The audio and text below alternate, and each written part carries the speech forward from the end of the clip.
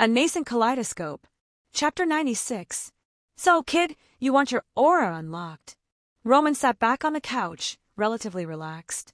That's the plan. I shrugged, sitting opposite of him. Usually, I don't really care why, but color me interested. You don't really look the huntsman type, and you're definitely not one of those thugs. I could give some reasons, but honestly, why not? I replied, well. Roman mulled over a thought. Realistically, sure. But it does come with some downsides. Not that I would ever give up my aura to get away from them. He tapped a cigar on an ashtray. Prison sentences are heavier for aura users, certain taxes for aura users, but on the flip side, more tax write-offs for weapons and stuff. He idly started to go over some random details.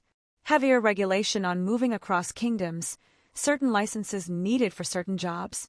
But there is also the ability to carry weapons openly without much fuss. Huh, that's a little interesting, actually. I rubbed my chin.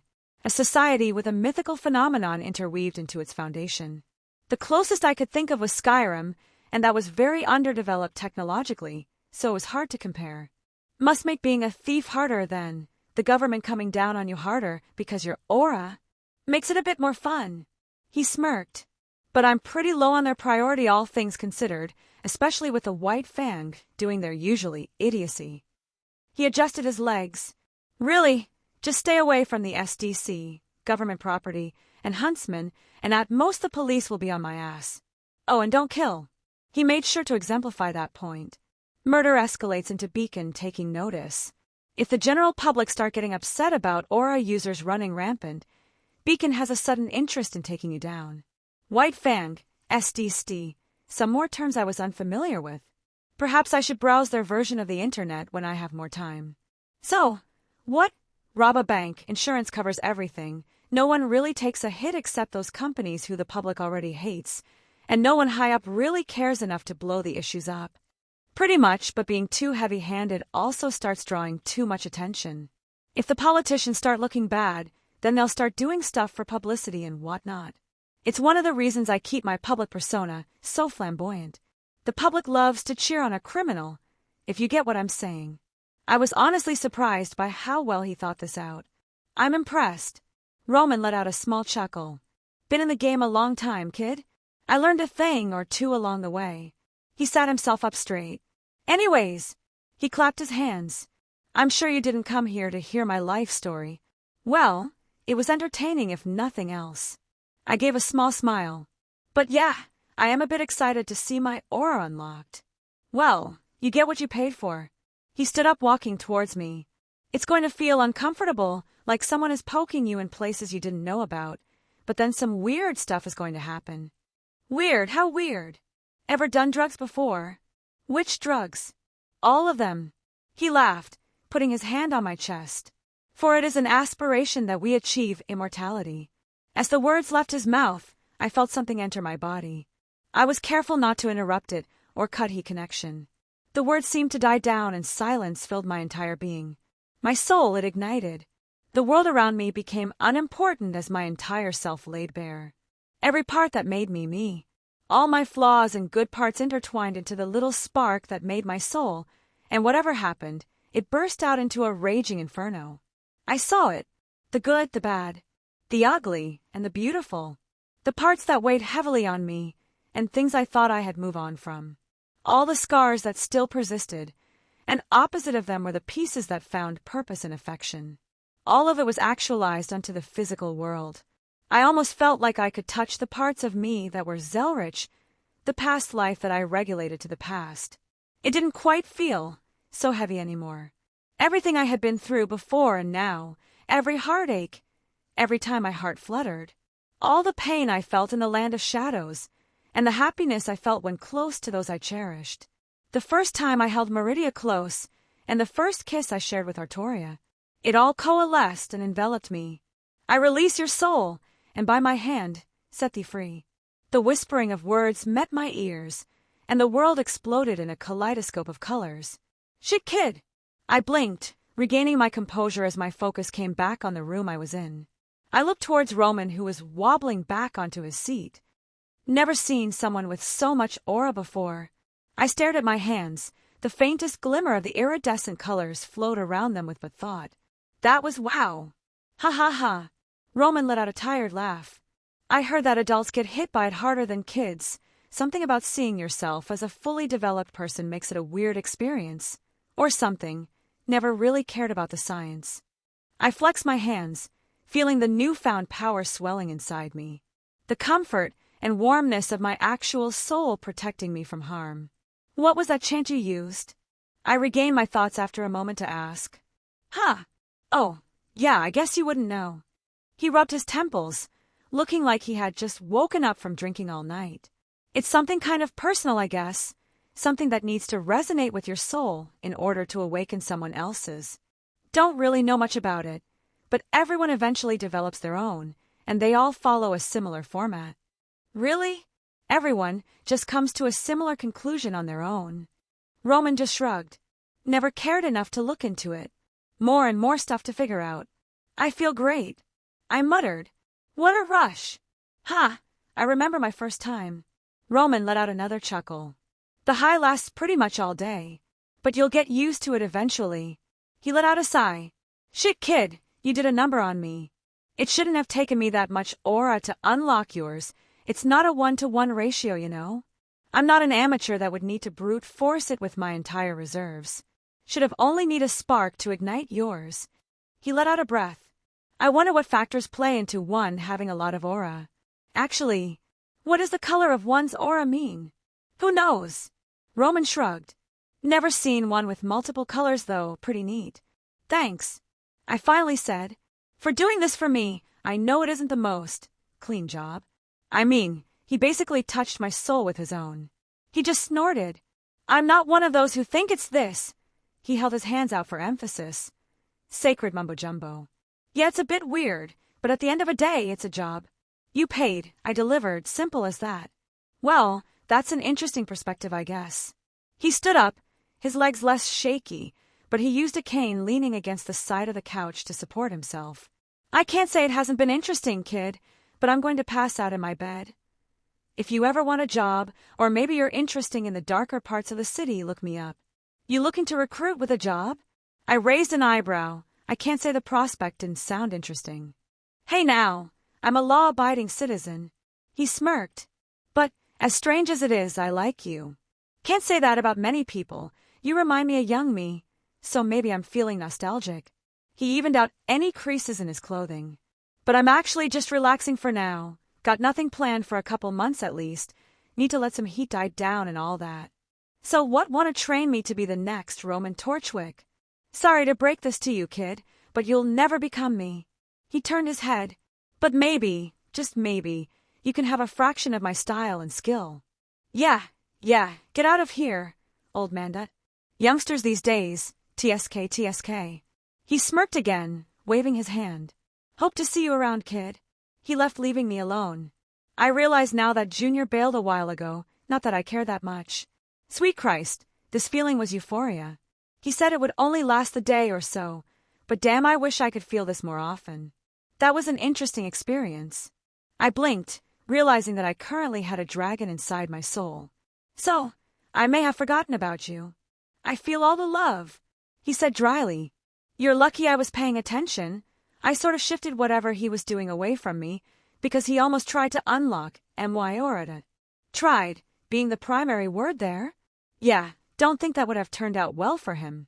No idea if I would even have this aura, as I'm basically only a soul inside this thing. Yeah, I don't think any of us wants to figure out what would happen there. I sighed, staring at the ceiling. Anything new you noticed? My senses are expanded, and I feel less confined than before. Not like I can break out or anything like that, but like my jail cell increased in size. Feels pretty nice, actually. Huh, I'm happy you're feeling better then. I said genuinely. Now though, I honestly need to give this a test. Actually, we should probably check the boosted gear too, make sure it's still fine. That is a valid point, but I feel like you just want to come out and play. Yeah, you're not even going to deny it. I chuckled. Well, thankfully this world has lots of things to punch, and I really wanted to investigate these grim firsthand anyways. Chapter 97. You get all sorted. Junior rested his head in his palm as he leaned on the bar, giving me a look when I left the back area. Yeah, Roman is a bit out of commission, though, I replied.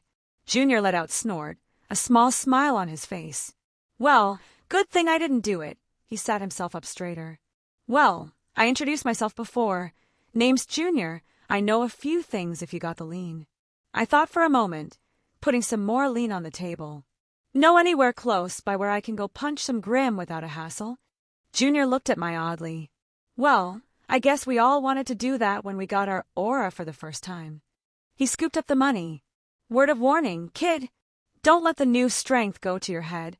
Grim have been killing trained huntsmen for centuries. I didn't know you cared. I flashed him a cheeky smile. I would rather your lean end up in my pocket than some Grim stomach. He rolled his eyes. But you got two options if you don't want to go venturing out of the city. He pulled out his scroll, widening it to show a map of the kingdom. Over by Beacon, and to the north we got the Forever Fall Forest. Opposite, to the south, we got the Emerald Forest. Both are more or less the same, but the Emerald Forest gets culled more frequently than the Forever Fall, but both are relatively safe compared to the wilds. Why does the Emerald Forest get more attention? Beacon uses it for their entry tests. Throw a bunch of kids in there, fight their way out or something. He waved his hand. They don't technically own it, but most folks who would even consider going there stay away around that time of the year. Beacon, the Huntsman Academy, where they train kids to fight Grim. Ah, I rubbed my chin. I guess if they're going to train kids to fight monsters, the best test is to, in fact, fight said monsters in a contained environment. I nodded my head. Can't really blame them for putting kids through a thing like that when monsters literally beat on their doors. What's up with Forever Fall, then? Another place Beacon likes to take their students for training. The tree sap there is really expensive, but not many people are willing to go into Grim territory to get it. Teachers take a few classes there in their early years, gather a bunch of sap, and sell it to interested buyers to fund some school stuff. Junior explained. Actually, that sounds interesting. The sap, anything particularly noteworthy about it? Very sweet, apparently not that unhealthy either. Something about it makes it better than regular sugar or other comparable things around.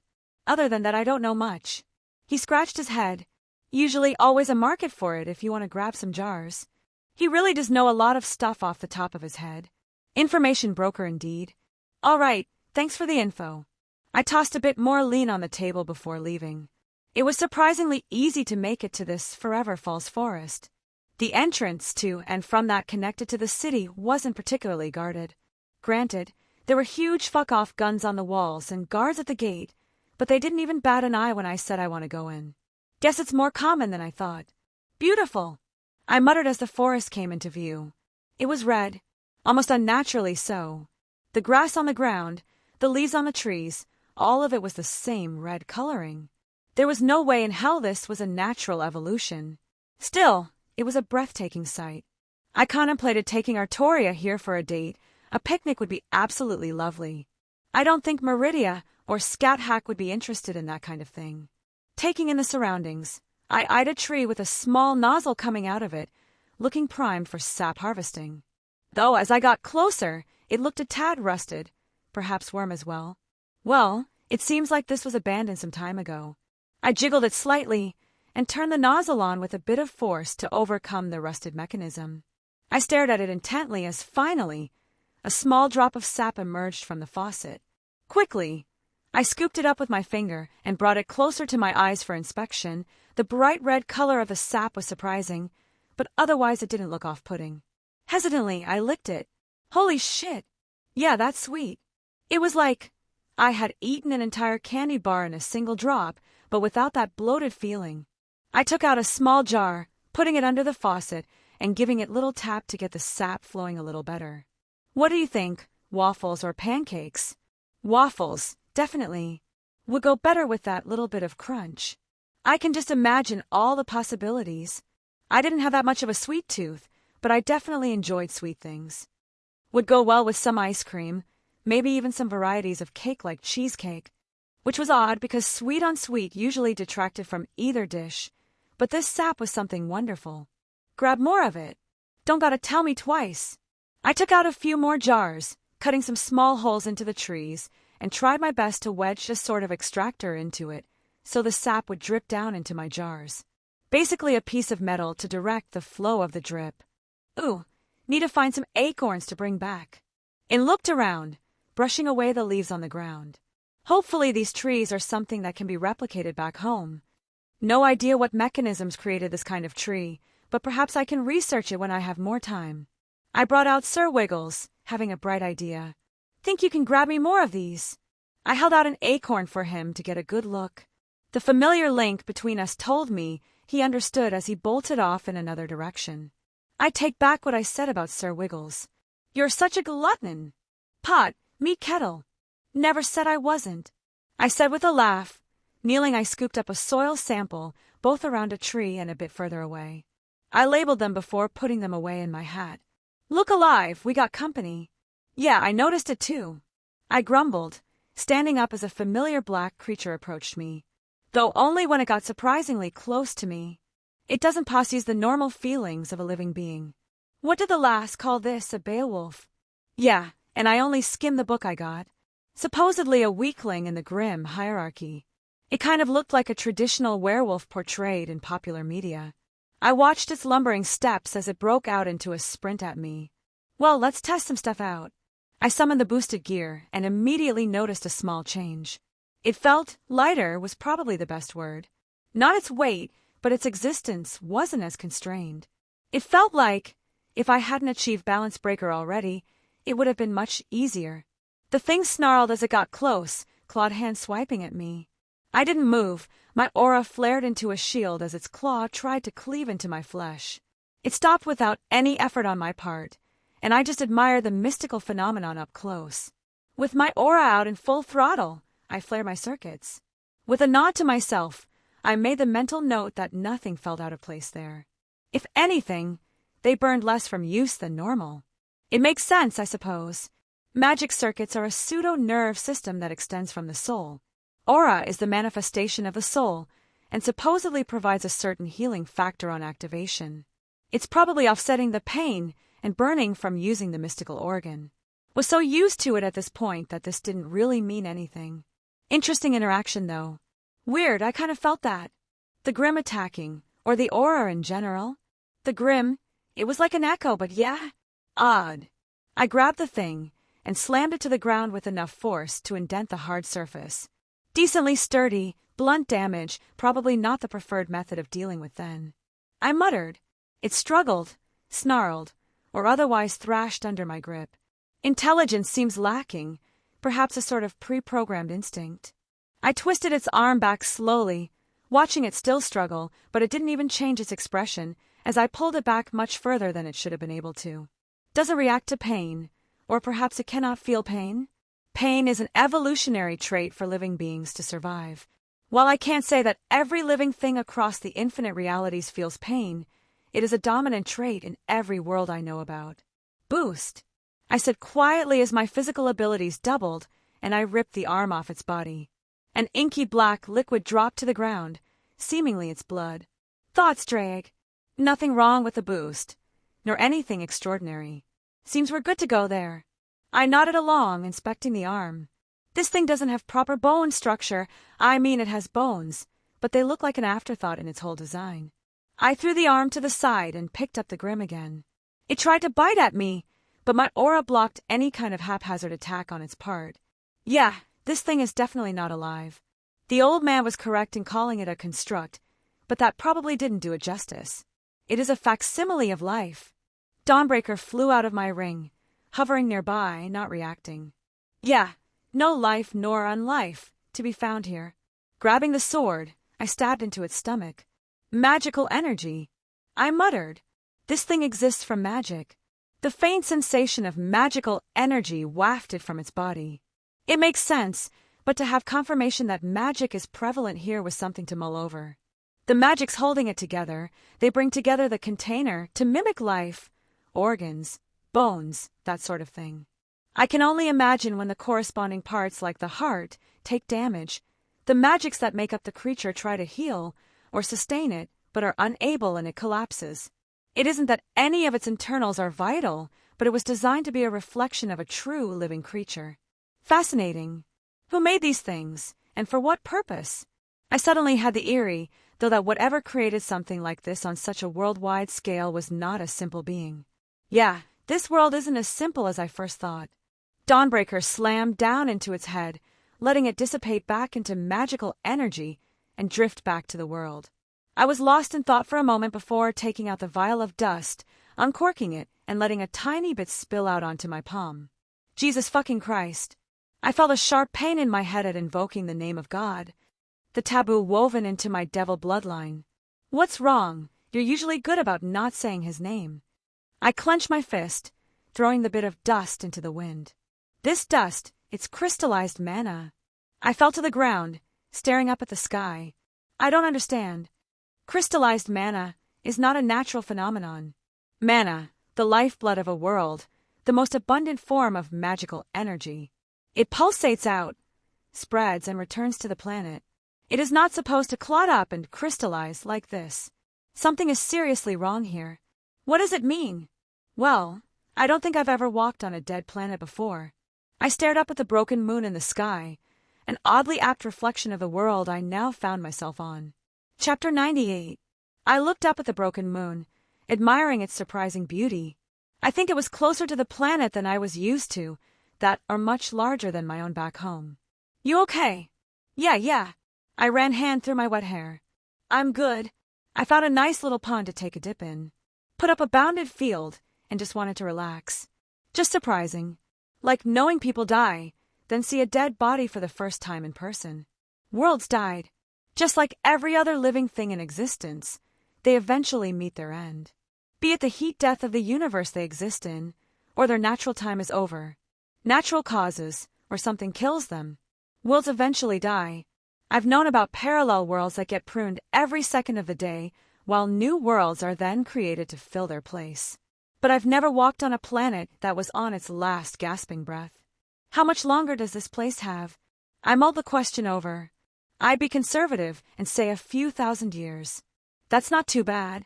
When a planet looks at billions of years as a blink of an eye, a couple thousand is absolutely minuscule. I shook my head. Shouldn't it be more noticeable? It depends. I pursed my lips. Don't know what happened here, but the dust is basically like clotting blood. There is still enough mana in the air from the dust sprouting out of the ground everywhere that it's nearly impossible to tell on a first look that anything is wrong. Give it a few more centuries. I'm sure people will start to notice that crops are growing less, forests are starting to decline, deserts expanding, that sort of thing. Then again, many people don't venture out of the kingdoms, much from what I've seen. Perhaps that's already happening, and they're just oblivious. The population here is much lower than my home presumably, so it probably won't even be an issue for a very long time. It's sad, but it doesn't seem like anything worth dwelling on. While blunt, it's true. Yeah, I'm just processing is all. Not like I'm going to sit here and mourn a world I never knew. I dipped my head under the water. Very clean and refreshing. I had made sure to check it before getting in. And, well, dust is quite the find. It should be sprouting for a few more centuries before it starts to show signs of diminishing in a noticeable capacity. Going to load up on it to bring back home. That was the thought.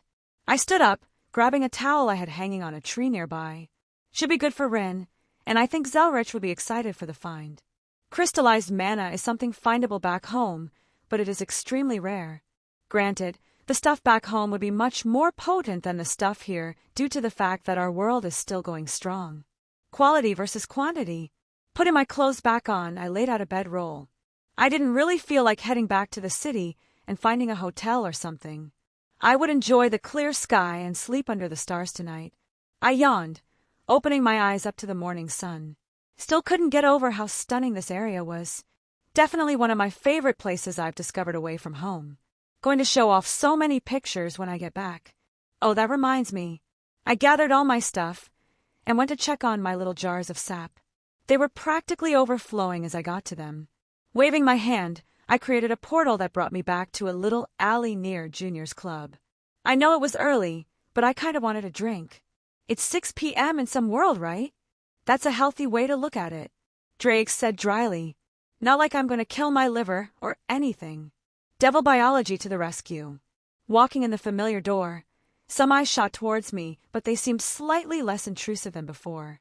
There were tons of people running around, setting up posters, redecorating, that sort of thing. I sat down at Junior's bar, watching from the corner as he was directing people every which way before coming to me. Didn't think I'd see you for a while, kid.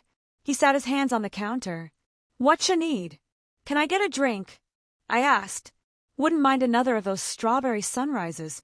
Maybe a hit of something stronger added? Strawberry sunset, then. He nodded. Little more umph in it. He said idly, fetching all the stuff with practiced ease as I set some money on the counter. You know, we don't usually have people coming in this early for drinks, even if we're open. Just coincidence. I don't usually get started this early, even when I do drink. I waved him off. Just had a long day yesterday. Well, you made it back in one piece. He shrugged. Grim give you any trouble? Asking if I saw any abnormal activity. I raised an eyebrow. He smirked slightly. I wouldn't be remiss to hear something like that, but it's not like I got people coming to me for stuff like that. Sorry to disappoint. Only saw a few Beowulfs here or there. My fingers wrapped around the glass he set in front of me. Got some sap, though. Pretty tasty stuff. Thanks for the recommendation. I put a small jar on the counter, pushing it towards him. A little thanks. He blinked, looking it over. Hey, kid, I appreciate it. He seemed genuinely enthused. What's up with he redecorating? Mistral tournament is coming up. Always draws a crowd. Mistral tournament?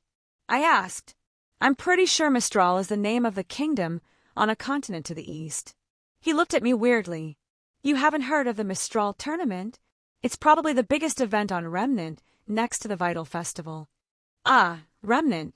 That was the name of this world, I remember now. From a small village. Didn't really hear about the outside that much. Huh, he commented. Well, basically it's... Junior. Roman burst out the back room. My boys managed to snag the preliminary odds for the... He paused, staring at both me and Junior. Oh, hey, kid. Junior took off his glasses, rubbing his eyes.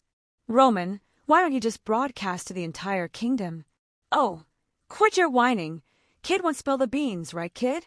Roman pulled up a stool next to me. Betting pool? I asked. Quick on the uptake. Roman smirked. Keep this under wraps, and I'll give you some good betting advice. He tipped his hat. Pfft. Who am I going to tell? I rolled my eyes. Besides, everyone knows Roman Torchwick is a law-abiding citizen. There's no way he would engage in some illegal betting. Roman let out a small laugh, gesturing for Junior to get him a drink. Well, cat's out of the bag now. He took a sip of his own drink and spun around in his stool, putting his elbows on the counter as he stared at the club. One of my favorite times of the year. So many suckers wanting to get separated from their hard-earned lean. Is this tournament every year? Roman turned to look at me, then at Junior, who just shrugged. I was telling the kid about the tournament when you came over. Village boy over here never heard of it before. Well. Roman took his hat off, setting it on the counter. Let Uncle Roman tell you all about this beautiful time of the year. By all means. I gestured for him to continue. All right, so you got this worldwide tournament hosted in Mistral, and it's got these brackets for age groups, but no one gives a crap about most of them. Most eyes are on the youth division, ages 16 to 20. It's considered the place to look for the up-and-comers, where the young huntsmen in training can prove their worth. Where the less connected may get an invitation to attend one of the prestigious academies around the world. Poor kids and those with hopes of grandeur go to compete to maybe grab a higher-up's attention? I hazarded a guess. Got it in one. He nodded. The academies aren't exactly cheap. Most can't afford them if they don't get scholarships or whatnot. Roman added. Anyways, we get the kids in those age groups go and beat the crap out of each other for entertainment. Why that age group, though? 16 is generally the earliest one can get accepted into an academy, with 17 being the norm.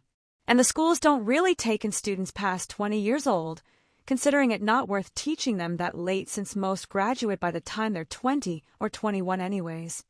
That made sense. They're looking for the best age to teach kids how to fight. The prize money is pretty nice, too. Roman added. Prize money? I perked up. 30,000 lean. Roman nodded. Nice and tidy little bit there. Could set someone up for a decade if they were conservative. How's the competition look? I rubbed my chin. There's a favorite, one Pira Nikos the... He waved his hands flippantly. Invincible girl. With an eye roll, he took another drink. Well, she's decent for her age, but as green as the grass in the Emerald Forest. Does she attend an academy? Roman blinked for a moment. Oh, right. Keep forgetting you're a bumpkin. He laughed. It's frowned upon for kids already in academies to compete. There was a bit of contempt in his words. Miss Invincible Girl already racked up 3 consecutive wins. One more and she sets the new record. One of the reasons this tournament is so popular this year. Huh. I had some thoughts. What are the requirements to enter this tournament? Open to any challengers. Roman eyed me. What? Want to try your luck? He laughed. Hey, I could win. I huffed, taking a drink. Sure, kid. Roman laughed. Do you need some kind of identification to participate? I asked. Just standard stuff, why? Roman asked. I may or may not have entered the kingdom illegally. Well, I never. Roman dramatically placed his hand over his heart. Who would have thought I was consorting with such unsavory elements? Junior just shook his head. Listen, kid, you don't seem like the bad sort, so I'll give you some advice. He leaned forward. The Mistral tournament isn't the place for our kind. It's where the future huntsmen go, those who are paraded around the kingdom as their heroes. He turned around and walked away. I feel like there's a story there. Did I say something wrong? Roman just snorted. Not everyone wakes up one day and wants this life, kid. He lit a cigar, taking a long drag before letting it out. Junior isn't any different. He leaned back in his seat. Most of us had the same dreams these kids did, seeing these fights broadcast all over the world, all wide-eyed before reality hit us in the face. Us. I eyed him. Roman's light smile faded into something resembling melancholy. Everyone's got a story, kid. Don't go around prying in this place. He pulled over an ashtray, stamping out a cigar. But if you need papers, I'm your guy. Well, regardless, it would be nice to have some kind of identification. What are you charging? I raised an eyebrow, earning a smirk from him. Chapter 99. Roman kind of bailed right after I paid my lien for his services. The skeptical part of me wants to say I was just tricked out of my money, but I also feel like he would be genuinely offended to be associated with such a lowbrow scheme. What an interesting character he is. He just left and gave me an address to check out in a few hours while he deals with all the logistics. I downed my drink and was about to leave when a strong perfume hit my nostrils. Hey there, cutie. Haven't seen you here before. Melanie, do you have to flirt with every new guy that comes in? Another similar voice flanked me.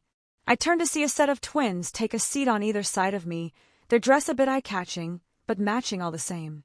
Ladies, I greeted. Don't be like that, Miltia, he's your type. The one who spoke seemed to be named Melanie. Doesn't mean I'm going to just throw myself at him. You can be such a slut sometimes.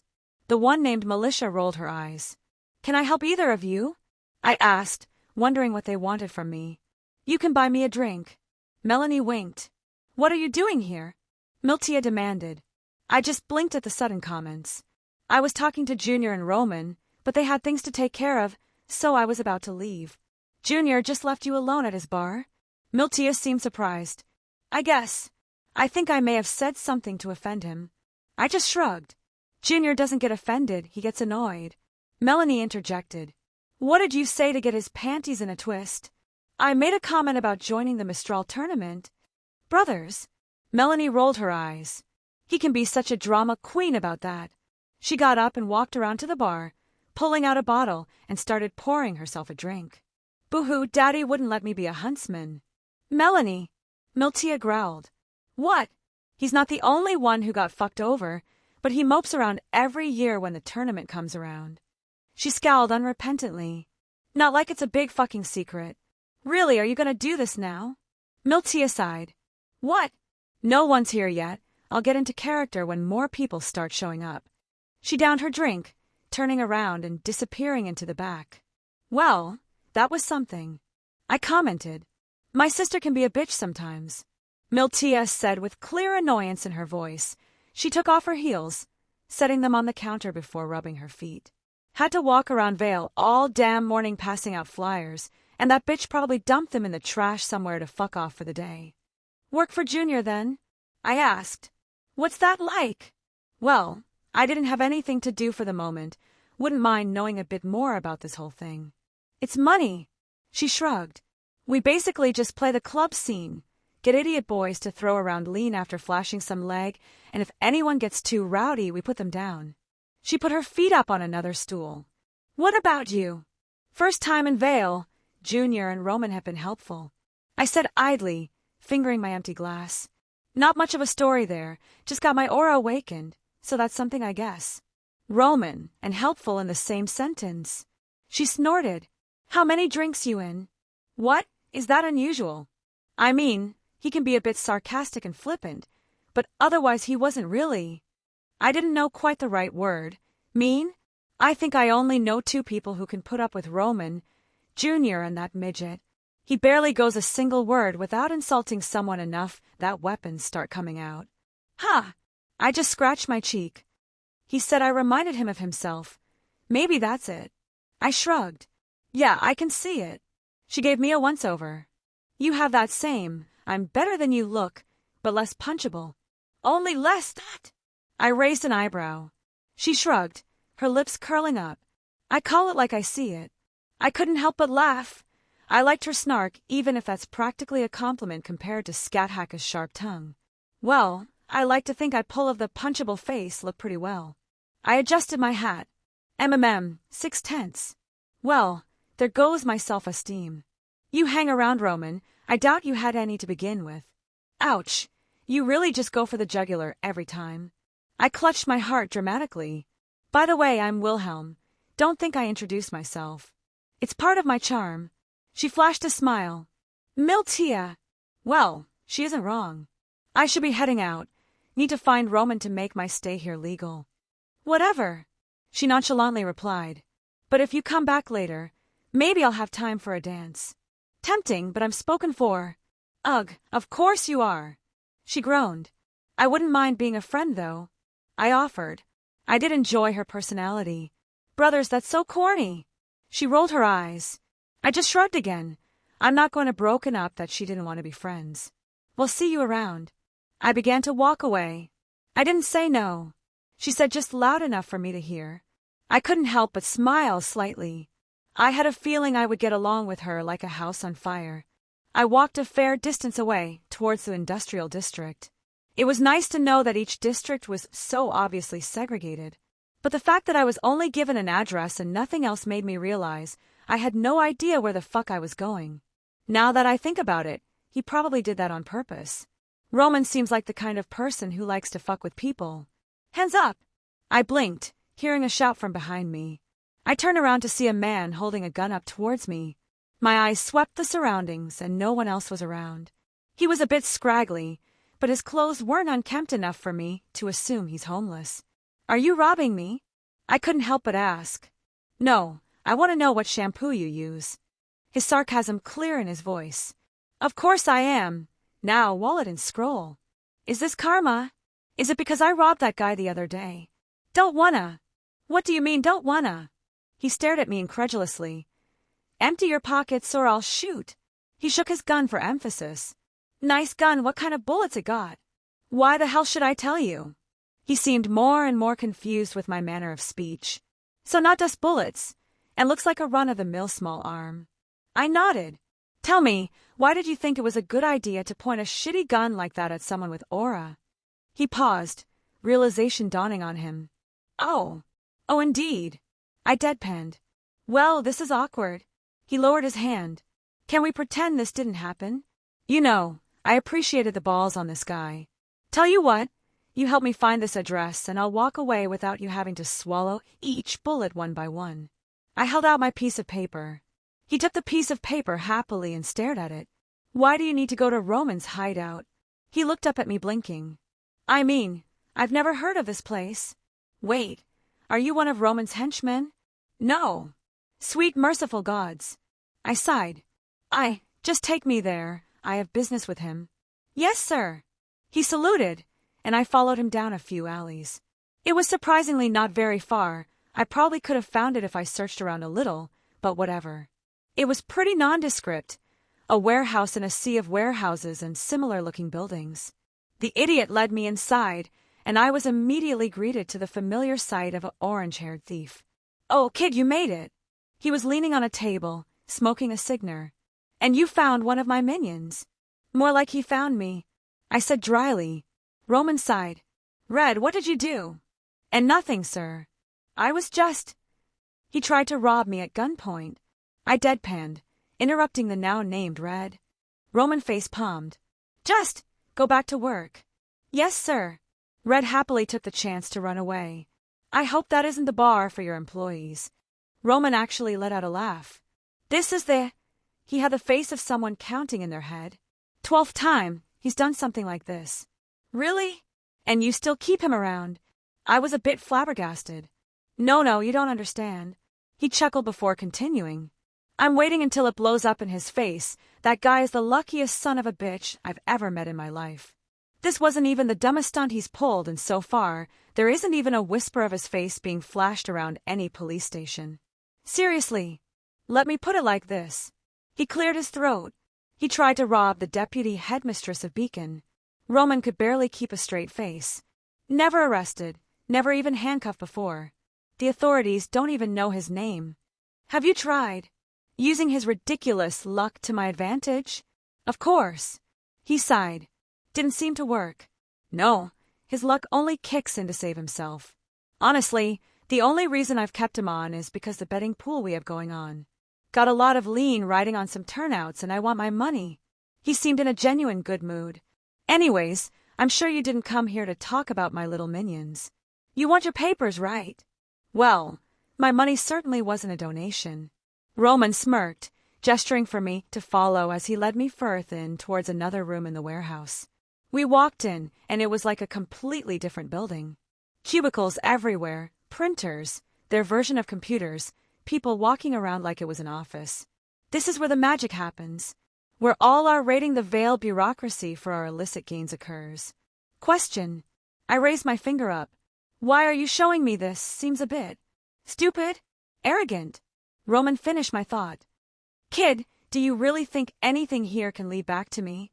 He raised an eyebrow. Worst case, the police come here and shut everything down. Spend a minimum of 6 months filing through everything to get a few simple charges on my minions who would be out on bail and disappearing under new names before anything could happen. I guess I shouldn't have doubted you there. But why are you showing me this? I questioned him again. Seems like a hassle, and trusting even if nothing could harm him. It would still cost some money, and be a hit if his operation got taken down. All right. He held his hands up. I was wanting to recruit you. Thought maybe showing you the business would be enticing, but maybe I played this wrong. Recruit me, really? You hardly know anything about me. Well, when I say recruit, I meant build you into someone I could use. He let it against a nearby desk. Do you have any idea how hard it is to find useful minions? I have met Red. I deadpanned. That is true. He nodded. But you got a lot of aura, and you seem like you got a good head on your shoulders. Honestly, that would take you pretty damn far in this city. But you also remind me of a young me. That's priceless right there. I think your priorities are a bit skewed. I sighed. So what? You want someone else to watch your back? I heard you got a partner or something already. Watch my back. He let out a chuckle. That's a good one, kid. There's only one person I trust with my back, and he's standing right in front of you. What about your partner? I trust the lean I pay her with. He replied. So you have no one then? I don't need anyone else, kid. You'll learn someday. The only person you need to care about is yourself. He shook his head like I was But I had another reason for wanting you here. Well, I'm all ears. I crossed my arms. Okay, so how serious were you about the Mistral tournament? About half serious. I wouldn't mind going for the prize money, why? I'm glad you asked, my young protege. He stood up, swinging his cane, hitting a blackboard that spun around showing lots of numbers and several pictures and dates. Not your protege. Not with that attitude. He didn't seem fazed by my denial. You see, the Mistral tournament uses a certain system to randomize the fights. You hack the system and want to rig the fights, maybe set me up in a position to take advantage of it for some reason? He paused, staring at me. You just have to steal my thunder, don't you? He raised an eyebrow and a smirk rose up on your face. Just what I would expect from my protege. He nodded in approval. Got it in one, kiddo. I just need a face to plaster everywhere, and yours is decent enough. It helps that I like your style too. Because it's similar to his. I'm flattered. I drolled. But isn't that the issue of winning the fights? I'm sure from his perspective I'm a village boy who just got aura. I'm glad you asked. He waved his hand.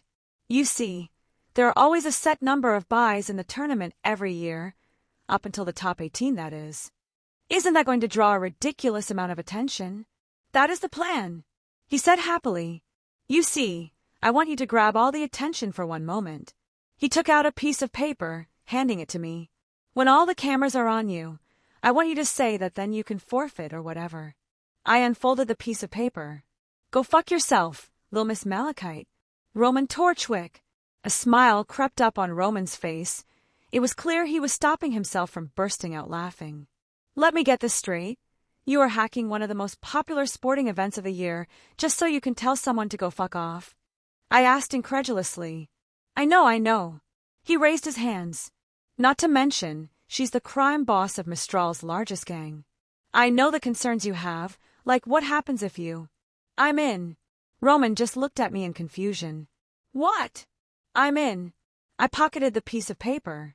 She's a very powerful person, someone who would be able to grab you way before you could get out of Mistral, and she isn't someone to be lightly crossed. You are going through so much effort just to tell someone to fuck off. How could I not be a part of this?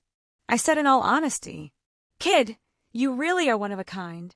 He let out a deep laugh, more genuine than I've heard before. Seriously, I'll make you my protege, you're perfect. I'd rather be paid. Brothers, damn it, you're perfect. He laughed even harder. All right. I do have plans in place to get you out. I don't leave my people high and dry like some common vagrant.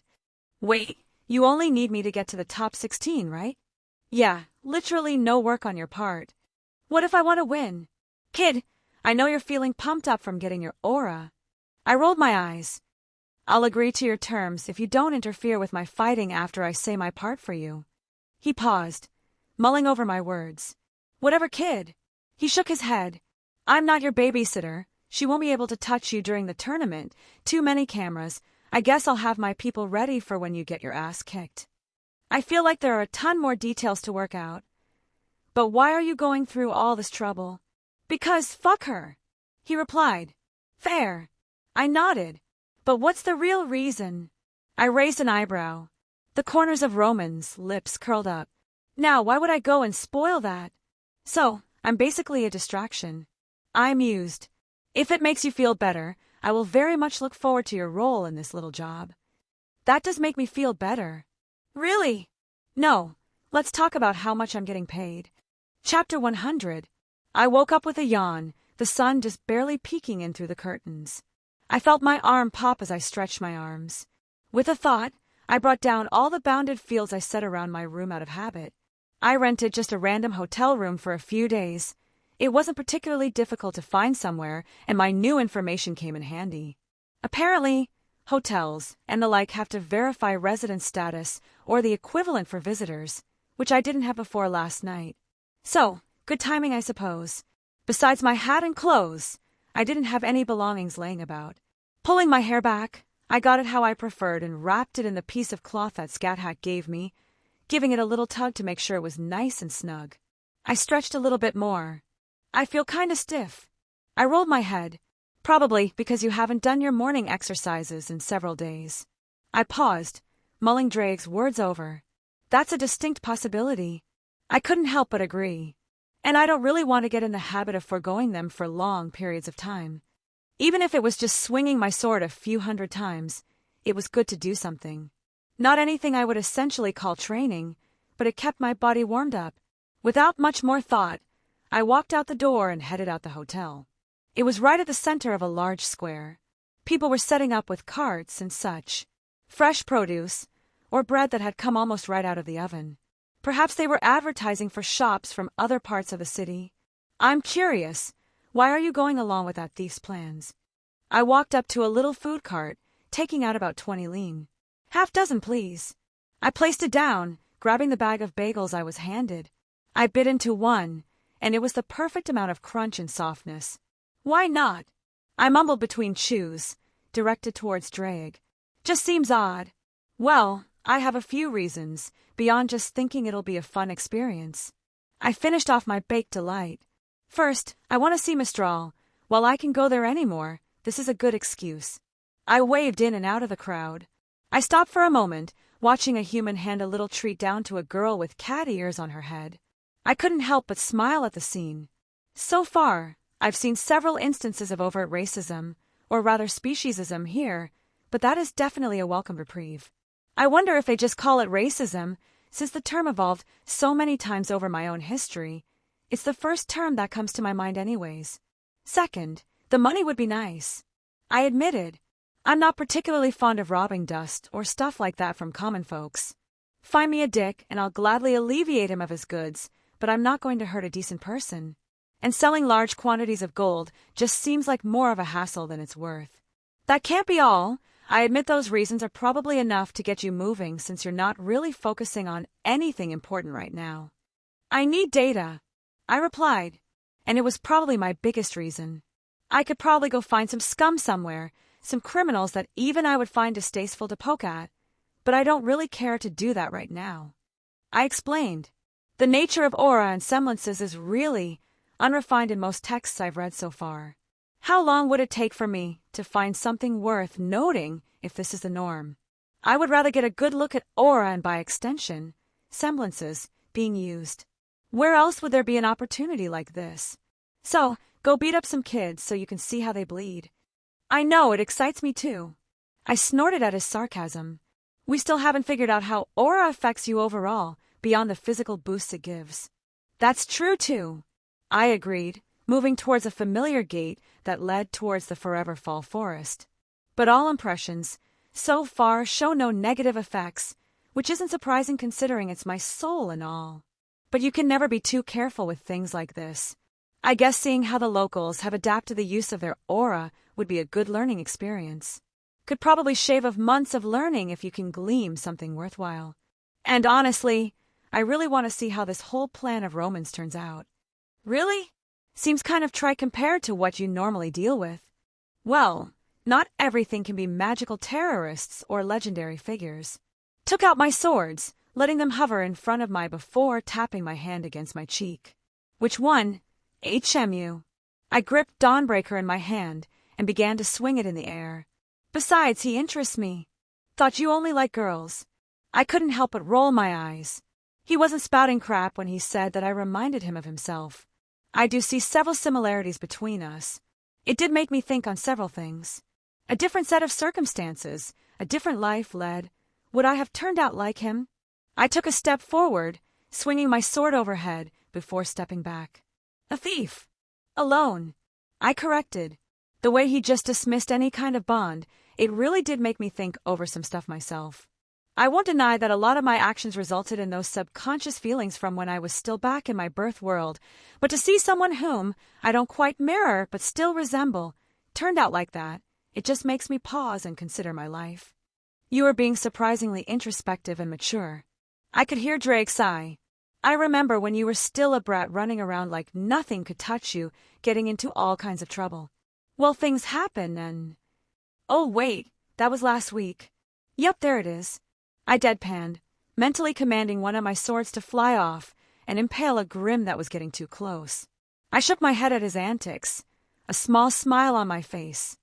I also wanted to see the interactions of my aura when in conflict with another aura user, so it just comes back to more data, I guess. This semblance thing sounds interesting. What do you think yours is? From what I understand, it's supposed to be a unique expression of oneself. I put my hand against my chest, letting my aura flow out, appreciating the coloring aurora that spread over me. Honestly, I was wondering if it would awaken my power of destruction. I walked over to a tree, channeling the aura into my hand and striking it within the force of a normal human.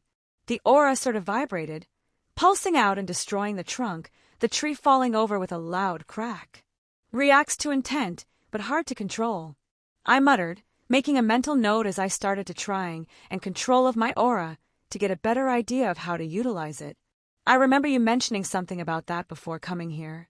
You feel anything different with that? Maybe. It's hard to tell because it's not purely something connected with my soul, but with my bloodline as well. I mumbled.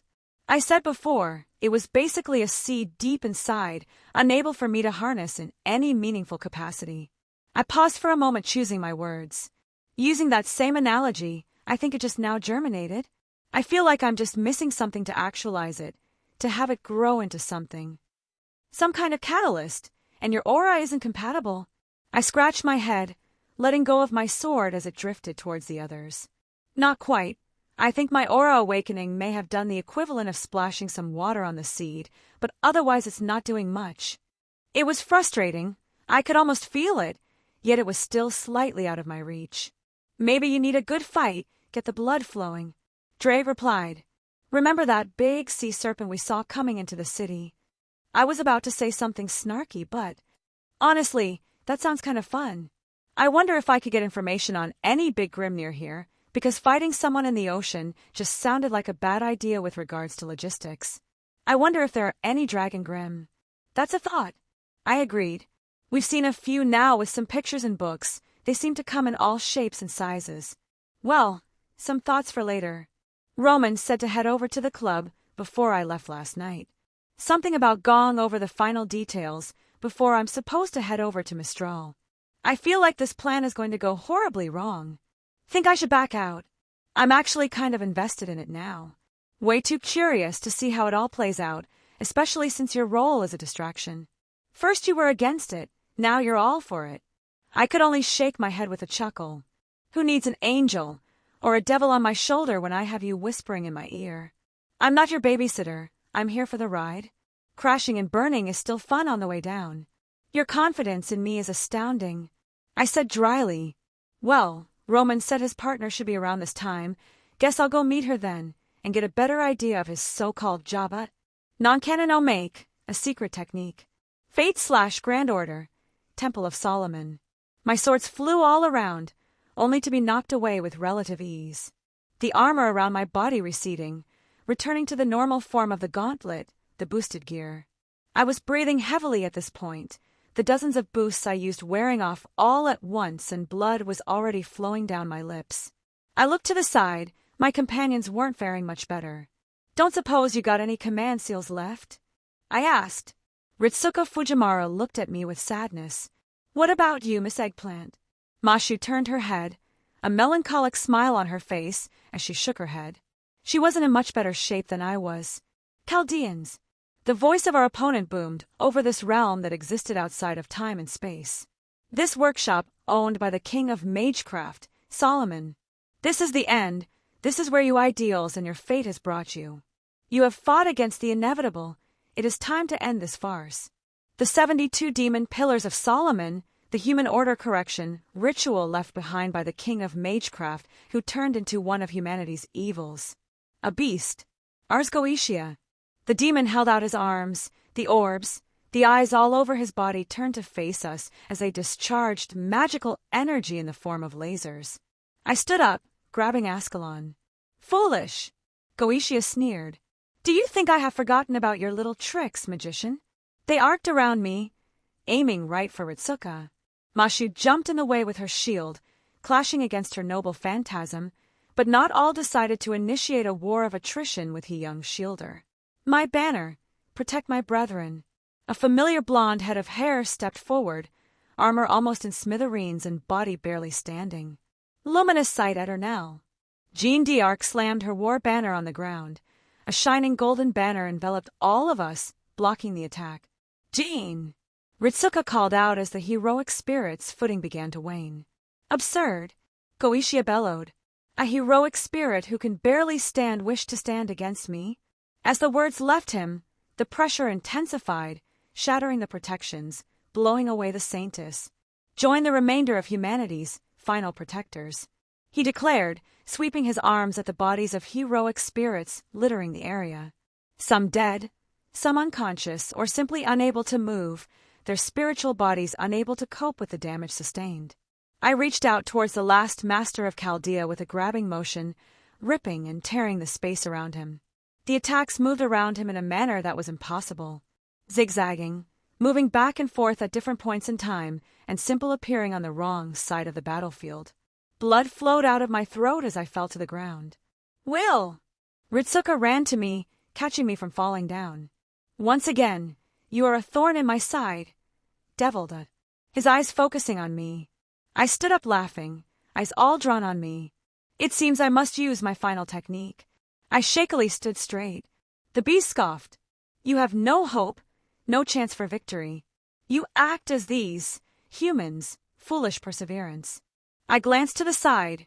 Jean wobbled over, using her banner as a crutch, Mashu quick to support her. If you got something, now's the time, Wilhelm. The voice of Da Vinci from Chaldea sounded through the mystic code Ritsuka wore. Fine. Bring about your last shred of hope. I shall crush it all the same. He held his arms out, welcoming me to make a move. Fine, you asked for this. With the last of my strength, I opened a portal, a connection between two vastly different dimensions. I'm detecting some strange readings. What did you do? Da Vinci seemed erratic as a strange feeling began to fill the area. Goetia, for the first time, seemed hesitant. I turned and looked at the portal. Meridia, help, I'm being bullied. I called out. A strange silence now filled the whole realm. What? Ritsuka voiced out. Seemingly answering his question, the whole place shook. A woman walked out of the iridescent portal, blonde hair and a blue robe that hugged her body in all the right places. A pair of legs I would always recognize. Her very presence demanded attention, and her gaze turned right to me. Wilhelm. Her voice icy. It is our anniversary. You were supposed to be home hours ago. She hissed before finally realizing the state I was in. What happened? A softness now filled her tone. I wanted to be home, but... I held my hand out, pointing towards Gaida. He did it. Her head snapped towards the demon god, who was showing a look of fear for the first time.